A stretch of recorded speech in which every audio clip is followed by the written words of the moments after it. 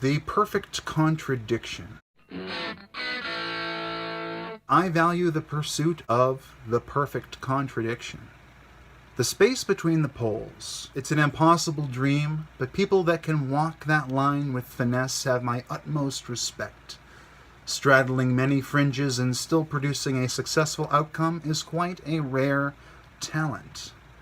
And one interesting observation is that the closer one gets to that zone, one dimension up, the easier it is to describe their ability and or work as inhuman.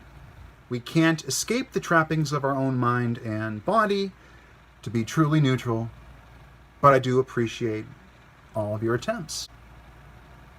So, as an artist, I value the pursuit of the perfect contradiction. Right between creation and destruction is the zone for art. It is the place where you're bringing new things into reality, a new vision, a new perspective. You're creating a work of art. You have an album, you have your sculpture, you have a book, you have a movie, a film. You have your normal work, you have your gardening. But in art, you're trying to create the situation where you have two things that shouldn't go together. You have to look for the common ground. Look for ways that different things interact, how they conflate, how they can be mixed together. Reality itself, how it can be reconfigured in your image, in your desired view.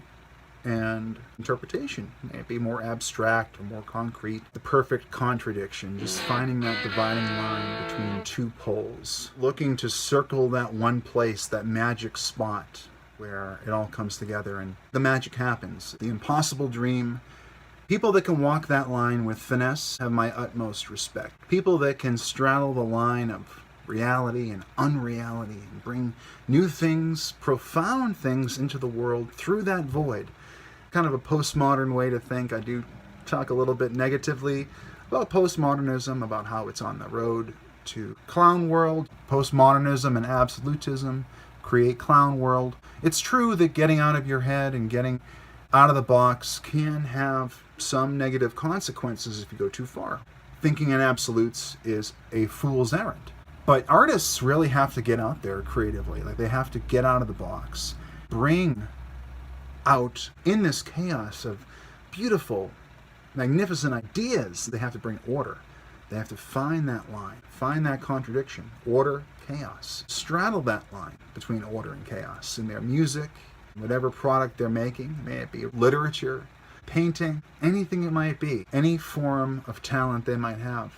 You have to walk that line. Otherwise, you're going, one direction or another. You're too crazy for most people, or too safe for other people. You're too boring, too mundane. And getting that nice contradiction between two poles, that is great. And the interesting observation is that the closer one gets to that zone, one dimension up, a meta level up. You have a table, two people playing a game, and they're manipulating one game. But then one level up from that, that's a meta level up.